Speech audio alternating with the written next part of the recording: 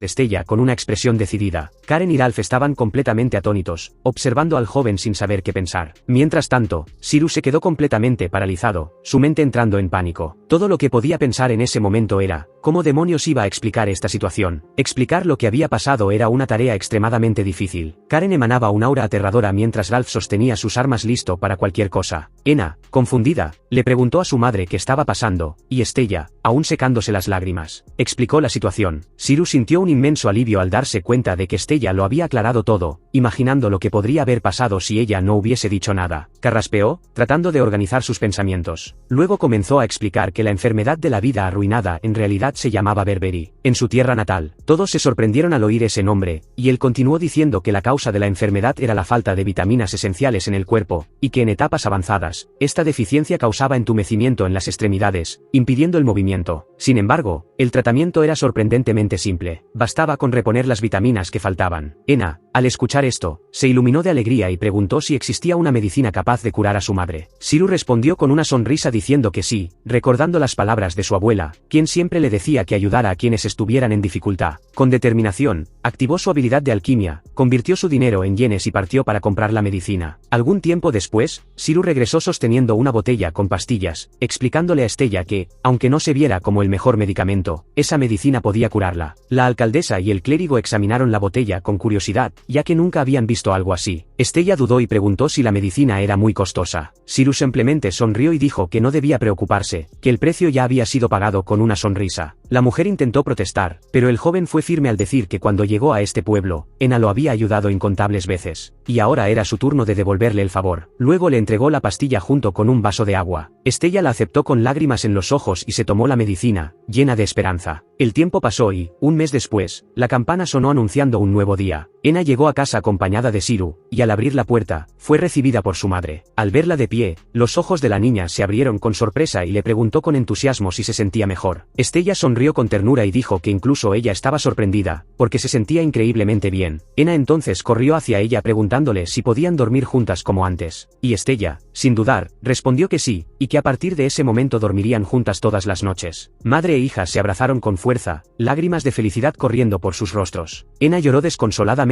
mientras su madre la acariciaba y le pedía perdón por haberla preocupado tanto, prometiéndole que nunca más se separarían. Siru observaba la escena en silencio, sintiendo una felicidad genuina al ver que por fin podían vivir en paz juntas. En ese momento, pensó en su abuela e imaginó que, si pudiera verlo en ese instante, estaría orgullosa de saber que había salvado a una persona. Más tarde esa noche, el joven estaba en el balcón de su casa con una bebida en la mano, reflexionando sobre todo lo que había ocurrido ese día, que realmente había sido increíble. Estella estaba completamente curada gracias a las vitaminas, y Ena ahora podía hablar con su madre, preparar comida, recoger flores y jugar sin preocupaciones. Siru notó como la pequeña se veía aún más saludable, y su alegría era contagiosa. Además, el gremio Luna Plateada fue oficialmente reconocido como una sucursal de la bendición de las hadas, y con ello, el grupo Destello Azul comenzó a trabajar para el gremio principal, explorando el bosque. Siru también no podía evitar pensar en sus finanzas. Había ganado alrededor de 50 millones de yenes en los últimos 2 meses, y si mantenía ese ritmo por un año más, podría ahorrar lo suficiente para retirarse. Solo imaginar la posibilidad de vivir aislado en casa sin necesidad de trabajar lo emocionaba. Pero su momento de tranquilidad fue interrumpido cuando, de pronto, Karen apareció detrás de él. Su presencia repentina lo sobresaltó por completo, casi haciéndole soltar la bebida. Ella sonrió y le deseó buenas noches, mientras él, aún intentando recuperarse del susto, se quejó de que casi le daba un infarto. La alcaldesa se rió y se disculpó, preguntando qué estaba bebiendo. Siru explicó que era sake de su tierra natal y luego le preguntó si quería beber con él. Karen aceptó y los dos comenzaron a charlar animadamente mientras disfrutaban la bebida. En un momento, la alcaldesa preguntó si debía acariciarle la cabeza, y antes de que pudiera responder, ella tiró de él y lo recostó sobre sus piernas. Siru intentó protestar, pero Karen lo desafió diciendo que él mismo había admitido que se relajaba cuando lo elogiaban. Avergonzado, él confirmó, y la alcaldesa le ordenó quedarse quieto mientras lo acariciaba. Entonces le preguntó si no había bebido demasiado, pero Karen, con un tono amable, dijo que estaba sinceramente agradecida de que él hubiera llegado a esta ciudad y que eso no era una recompensa, pero que si había algo que pudiera hacer por él, no dudara en pedírselo. Siru se incorporó y respondió que no era necesario, porque todo lo que había hecho era simplemente lo que estaba a su alcance. Karen lo observó por un momento y dijo que lo entendía, porque parecía ser alguien sin codicia. El joven, avergonzado, lo negó rápidamente y le pidió que no lo tratara como alguien de buen corazón, diciendo que le gustaba el dinero y que, en realidad, era muy codicioso. Pero al mismo tiempo recordó que su abuela lo había criado con la enseñanza de siempre ayudar a quienes lo necesitaban. Karen sonrió y comentó que su abuela debía haber sido una mujer increíble, y luego preguntó cuál era su nombre. Siru dudó por un momento, y luego respondió que su abuela se llamaba Erisemayo. Karen repitió el nombre en voz alta, pero de pronto sus ojos se abrieron como si acabara de recordar algo importante. Sin previo aviso, agarró al joven por los hombros y comenzó a sacudirlo frenéticamente, preguntándole si era el nieto de Eris, la bruja inmortal. Siru quedó completamente sorprendido por su reacción y le preguntó si la alcaldesa sabía algo sobre su abuela. Karen entonces reveló que no solo la conocía, sino que todos en el continente conocían a la legendaria bruja inmortal, aunque pocos la habían visto en persona, y ella era una de esas pocas. Siru estaba aún más confundido, y Karen le contó que había conocido a Eris el año anterior durante el festival de la cosecha, y que la bruja simplemente apareció de la nada, bebiendo y bailando en medio del pueblo. El joven pensó que eso era imposible, ya que su abuela había desaparecido hacía 7 años. Pero antes de que pudiera decir nada, Karen exclamó que recordaba claramente que en esa ocasión, la bruja reunió fragmentos de estrella y creó una espada mágica llamada Mel Gibson. Siru necesitó un momento para procesar toda esa información, porque el nombre de esa espada le trajo un viejo recuerdo de su infancia. Recordaba un póster de un actor famoso en la casa de su abuela, y cuando le preguntó quién era, ella le respondió que era su actor favorito e incluso había besado la imagen. Aún sorprendido, Karen dijo que apenas podía creer que la abuela de Siru fuera esa bruja, pero tenía sentido, porque el joven siempre aparecía con medicinas y objetos desconocidos. Así que le preguntó si ya había vuelto a encontrar a su abuela. Siru negó, diciendo que no la había visto en 7 años, y luego se disculpó y, sin pensarlo 2 veces, se dirigió al balcón. Respiró profundo y gritó con todas sus fuerzas que su abuela seguía viva. Siru regresó a la casa de su abuela en el mundo real, y sentado en el suelo, miraba el altar donde descansaba una foto de ella. Aún no podía creer que seguía con vida. Sus pensamientos eran un torbellino mientras observaba la imagen de aquella mujer anciana que siempre amaba posar haciendo el signo de la paz, sin importarle lo que pensaran los demás. Respiró hondo, tratando de organizar sus emociones, y miró una vez más la foto, seguro de que, en el próximo festival de la cosecha, finalmente la encontraría de nuevo. Decidido, se levantó y cruzó el portal, regresando al otro mundo. El día anterior, al hablar con Karen, había descubierto que su abuela no era solo una mujer excéntrica, sino una bruja famosa y legendaria. La alcaldesa reflexionó sobre la desaparición de la anciana y le dijo a Siru que entendía su necesidad de encontrarla, pero que sería mejor que se quedara en Nerrick un poco más, ya que el año pasado su abuela había aparecido precisamente durante el festival de la cosecha. Siru quedó impresionado al darse cuenta de que, si había sucedido una vez, podía volver a suceder, y si su abuela era alguien que disfrutaba de los festivales, había una gran posibilidad de que asistiera al evento de este año. Karen confirmó sus sospechas y añadió que este sería un festival especial, ya que la ciudad celebraría su aniversario número 120. Como alcaldesa, ya estaba organizando una gran celebración e invitó a Siru a ayudar de alguna manera. Pasaron unas semanas y Siru se dio cuenta de que solo quedaban 2 meses para el evento. A él le gustaban los festivales y no dudó en aceptar la petición de Karen, pero ahora se encontraba en un dilema sin saber exactamente qué ofrecer. Si se trataba de comida, ya habría muchos puestos, y las competencias culinarias no parecían muy innovadoras. Los juegos tradicionales también estaban descartados, ya que muchos estarían disponibles. Así que siguió reflexionando un rato, dándose cuenta de lo difícil que era pensar en algo diferente que no involucrara comida. Frustrado, se frotó la cabeza, tratando de forzar su memoria para recordar algo de su infancia que pudiera ayudarlo. De repente, una idea brilló en su mente. Sin perder tiempo, reunió varias cámaras y las llevó a la tienda. En cuanto Ena vio el equipo, frunció el ceño, confundida, preguntando qué era todo eso. Siru sonrió y dijo que era una buena pregunta. Emocionado, respondió que eran cámaras y que planeaba venderlas como un nuevo producto, pero la niña aún no entendía, notando la expresión de duda en su rostro. Entonces decidió que lo mejor era demostrarlo en la práctica. Le pidió a Ena que lo mirara y rápidamente tomó una foto, mostrándole la imagen a la pequeña. Los ojos de Ena se abrieron de asombro al preguntar cómo había terminado dentro del papel y si se había quedado atrapada ahí. Siru rió y le preguntó si estaba sorprendida antes de explicarle que el aparato tenía el poder de transformar instantáneamente a las personas y paisajes en pinturas. Dijo que era una gran oportunidad para probarla y le pidió a Ena que sonriera mientras le tomaba varias fotos. La niña quedó encantada con las imágenes y quiso aprender a usar la cámara. Con algo de dificultad y siendo un poco torpe, finalmente logró tomarle una foto a Siru. Con entusiasmo, preguntó si había funcionado, y él confirmó diciendo que la foto había salido muy bien. Radiante, Ena se emocionó aún más, queriendo tomarle más fotos. El joven se unió a la diversión, haciendo algunas poses, pero tras varias fotos, dijo que ya era suficiente por ahora. Ena entonces señaló otra cámara y preguntó qué era esa. Siru explicó que era una Polaroid, y la niña se impresionó por la cantidad de modelos diferentes. El joven entonces la empujó suavemente para llamar su atención. En el momento en que Ena volteó, él le tomó una foto, bromeando con que la había capturado por sorpresa. La pequeña miró la foto y se quejó de que salía rara, pero entonces tuvo una idea. Llamó a Siru y, en cuanto él se volteó, rápidamente le tomó otra foto con la Polaroid, riéndose mientras decía que ahora ella lo había sorprendido a él. El joven alzó una ceja preguntando si eso era venganza, pero al mirar la foto donde aparecía haciendo el signo de la paz, se dio cuenta de que, en esa imagen, se parecía mucho a su abuela. En ese momento, Estella entró a la tienda y agradeció a Siru por cuidar de su hija. Él sonrió y le preguntó cómo se estaba adaptando a la nueva casa y si aún estaba cansada por la mudanza. Estella dijo que gracias a su ayuda, no sentía nada. Siru había alquilado una vivienda corporativa para que madre e hija vivieran cerca de la tienda, y Ena aprovechó la oportunidad para chismear, diciendo que su mamá era terrible organizando. Estella se avergonzó y le pidió a su hija que no dijera esas cosas, pero Siru solo rió diciendo que si necesitaban ayuda, podían contar con él. Ena se sintió un poco incómoda y le dio las gracias, pero luego bromeó diciendo que él también era terrible organizando cosas. Siru se quedó sin palabras y solo se rascó la cabeza, pidiendo disculpas. La niña entonces le sonrió y, con una despedida entusiasta, dijo, adiós. Siru le devolvió el gesto, observando cómo ambas se alejaban con una expresión tranquila y feliz. El gremio Luna Plateada ahora formaba parte del poderoso gremio Bendición de las Hadas. Siru recordó la primera vez que había estado allí, cuando lo único que se escuchaba era a Emil llorando tras su escritorio. Pero ahora, al entrar en el edificio, encontró una escena completamente distinta. Varios aventureros conversaban animadamente, compartiendo información sobre el bosque. Al joven le costaba creer que ese gremio, que casi había cerrado hace 2 meses, ahora era uno de los más concurridos del reino. Al verlo, Emil lo notó y rápidamente se acercó, preguntando si había venido solo para verla. La coneja le dio una palmadita a Siru y con una sonrisa pícara, le preguntó si por casualidad no le había comprado un regalo especial y costoso. Avergonzado, Siru le pidió que se detuviera, pero Emil solo siguió bromeando, diciendo que si él quería, ella aceptaría convertirse en su esposa y vivir una vida de lujos. En su mente, ya se imaginaba casada con él, viviendo en un castillo lujoso, paseando en carruaje o incluso volando en dragón mientras lanzaba monedas de oro al pueblo. Pero Siru rechazó la idea con firmeza, sin inmutarse. Emil continuó diciendo que él podía hacer lo que quisiera con ella y que, a pesar de las apariencias, era una mujer muy cariñosa. Mientras hablaba, comenzó a desabotonarse la camisa. Siru entró en pánico y le rogó que se detuviera, intentando escapar de la situación. Le preguntó si no tenía trabajo que hacer, pero Emil respondió con una sonrisa astuta que justo estaba por tomarse un descanso. Antes de que Siru pudiera reaccionar, la chica conejo lo empujó contra la pared. Le preguntó si quería beber con ella en una habitación oscura y vacía. Siru, agradecido pero decidido, rechazó la oferta. Le tomó la mano y trató de alejarse, repitiendo una de las enseñanzas de su abuela: nunca te quedes solo en una habitación oscura con una mujer que no sabe manejar el alcohol. Después de todo, esa fue su última petición. Aunque recientemente había descubierto que su abuela seguía viva, los aventureros alrededor exclamaron divertidos, comentando que Emil lo estaba intentando otra vez, alimentando su ignorancia. La chica conejo sonrió y dijo que Schil estaba sujetando las manos con tanta pasión que, si no lo hubiera empujado, él mismo la habría llevado a una habitación oscura. Se acercó aún más, diciendo que no importaba cuánto lo negara Siru, ella sabía que él la deseaba. El joven empezó a sudar frío cuando un hombre intentó besarlo. Desesperado, Siru gritó pidiendo ayuda, alegando que estaba siendo atacado por un pulpo. De repente, una sombra apareció detrás del hombre. Era Kill, del equipo de exploración, quien le dio una patada precisa a la chica conejo, mandándola a volar por el aire hasta estrellarse contra un barril de madera. Siru celebró exclamando que la terrible trampa del pulpo había sido derrotada. Kfa lo miró y le preguntó si estaba bien. El joven, con lágrimas de alivio en los ojos, confirmó que sí. Mientras tanto, en la taberna del gremio, los aventureros brindaban alegremente con sus jarras de cerveza, agradeciendo a Kfa por salvarlo de las garras de Emil. La chica gato explicó entonces que los conejos se emocionaban aún más durante la luna llena. Emil protestó diciendo que eso no era verdad, pero Xia, una hechicera, expresó lástima por Siru, comentando que no parecía una relación muy sana. Ralph bromeó diciendo que la señorita Emil casi había logrado darle una mordida al fruto prohibido de Siru. Orgullosa, la chica conejo lo confirmó dándole una mordida a una pierna de pollo. El grupo se volvió hacia ella, sorprendidos, preguntando cómo diablos seguía ahí. Emil simplemente respondió que no le gustaba quedarse fuera. De repente, fuertes gritos resonaron por el salón. 2 aventureros exaltados habían comenzado a pelear, y los demás se entusiasmaron de inmediato, apostando por quién saldría victorioso. Siru se levantó diciendo que deberían detener la pelea, pero Liar solo se rió, explicando que las peleas entre aventureros eran normales, casi como un saludo, además de que la tensión en el pueblo había estado aumentando últimamente. El joven preguntó por qué. Liar explicó que la expedición al bosque había atraído aventureros de todo el reino, los más hábiles. Sin embargo, incluso después de 2 meses de exploración, no se habían encontrado ruinas. Mientras hablaban, la pelea continuaba. Un aventurero corpulento azotó a su oponente, quien apenas logró esquivar, pero contraatacó rápidamente con una patada precisa. Siru concluyó que todos estaban al límite. Liar lo confirmó y añadió que, con tan pocas distracciones en el pueblo, la frustración no hacía más que crecer. Emil, que se había escondido bajo la mesa, tocó a Siru con el dedo. Él le pidió de inmediato que no se abriera la camisa otra vez. Emil, haciendo pucheros, le aseguró que jamás haría eso frente a tanta gente. Entonces, con una expresión traviesa, dijo que cuando Liar hablaba de distracciones, se refería a eso. Siru aún no entendía y Emil se rió diciendo que era realmente denso. Estaba hablando de burdeles, obviamente. Liar se puso rojo de vergüenza y lo negó diciendo que eso no era en absoluto a lo que se refería, pero Emil insistió, preguntando por qué entonces estaba tan nervioso. Neka pisó con su tacón el pie de Liar, regañándolo por decir tonterías. Él intentó justificarse, pero la hechicera solo presionó con más fuerza, haciendo que el guerrero gritara de dolor. La pelea entre los aventureros terminó, pero en ese momento, Nai entró por la puerta. Su poderosa aura llenó el salón, y con una mirada afilada, preguntó qué estaba pasando exactamente. Todos los involucrados en la pelea se congelaron de inmediato y rápidamente respondieron que no estaban peleando. Al notar a Siru, Nai se disculpó por su apariencia. El joven solo pensaba en lo imponente que era ella. Entonces notó a Emil escondida bajo la mesa y la llamó. La chica conejo sintió un escalofrío recorrerle la espalda. Con una sonrisa amenazante, Nai le preguntó si había estado allí todo el tiempo y por qué no había detenido la pelea antes. Emil intentó explicarse, pero Nai no quería escuchar excusas. Sin más preámbulos, la arrastró afuera mientras la chica conejo gritaba pidiéndole a Siru que salvara a su futura esposa. Le rogaba a Nai que aplicara cualquier castigo, menos una reducción de sueldo. Después de que la situación se calmó, Laire se acercó a Siru y le pidió un favor. Explicó que, mientras buscaban ruinas en el bosque, terminaron encontrando unas flores raras. El grupo compartió los detalles de la misión y Siru, emocionado, dijo que se uniría a ellos. Laire le preguntó si estaba seguro. El joven respondió que sí, pero que necesitaría que lo protegieran. Los guerreros sonrieron con confianza, asegurando que ahora eran mucho más fuertes. Y con eso, todos brindaron de nuevo, chocando sus jarras y celebrando con alegría. La brisa soplaba suavemente sobre el campo lleno de flores, y Siru sentía un profundo encanto al observar la belleza de las flores extendiéndose por el paisaje. No podía evitar sonreír mientras comentaba lo maravillosas y únicas que eran esas flores. S.A., la hechicera de raíces, examinaba cuidadosamente las flores y explicó con su voz calmada y experimentada que se llamaban apsa, una especie rara que florecía solo en lugares donde la pureza del agua era incuestionable. Eran delicadas y frágiles, pero de un valor incalculable en la elaboración de pociones curativas avanzadas. Tras la explicación, el grupo decidió recostarse un momento sobre la alfombra de flores, aprovechando el descanso antes de reanudar su misión. Siru miró al cielo y suspiró, lamentando que Ena no estuviera con ellos en ese momento. Sabía que la pequeña habría amado ese campo lleno de flores exuberantes. Imaginaba el brillo en sus ojos al ver tanta belleza y sentía un leve dolor en el pecho por no poder compartir esa experiencia con ella. Al otro lado del campo, Liar captó la atención de los tres compañeros, cruzando los brazos y observándolos con una expresión de desaprobación. El guerrero comentó en tono burlón que esperaba que Neka y Kfa se echaran una siesta en cuanto tuvieran la oportunidad, pero admitió que le sorprendía ver a Siru tan relajado y a punto de quedarse dormido. El joven se apresuró a disculparse, explicando que después de la larga y agotadora caminata que habían hecho, su cuerpo simplemente no aguantaba más. Solo querían un momento de descanso. Sin embargo, Liar no prestó mucha atención a la excusa y recalcó que debían terminar el trabajo antes del atardecer. Solo entonces podrían descansar todo lo que quisieran, sin preocupaciones. El grupo había recibido esta misión una semana antes, cuando miembros del gremio Destello Azul encontraron por primera vez esas flores raras. Durante la exploración, se dieron cuenta de que las apsa eran ingredientes esenciales para la elaboración de pociones curativas de alto nivel. Eran muy solicitadas por médicos y sanadores del reino. Sin embargo, había un gran problema al regresar. Las flores se marchitaban rápidamente, perdiendo todas sus propiedades antes de poder ser entregadas. Incluso con el cuidado de Neka, que intentó regarlas e incluso usó magia para preservarlas, nada funcionó. El grupo estaba a punto de abandonar la misión cuando Laire tuvo una idea brillante: pedirle ayuda a Siru. Ya que el joven poseía una habilidad única de almacenamiento espacial, podía llevar grandes cantidades de cualquier objeto sin que el peso fuera un problema.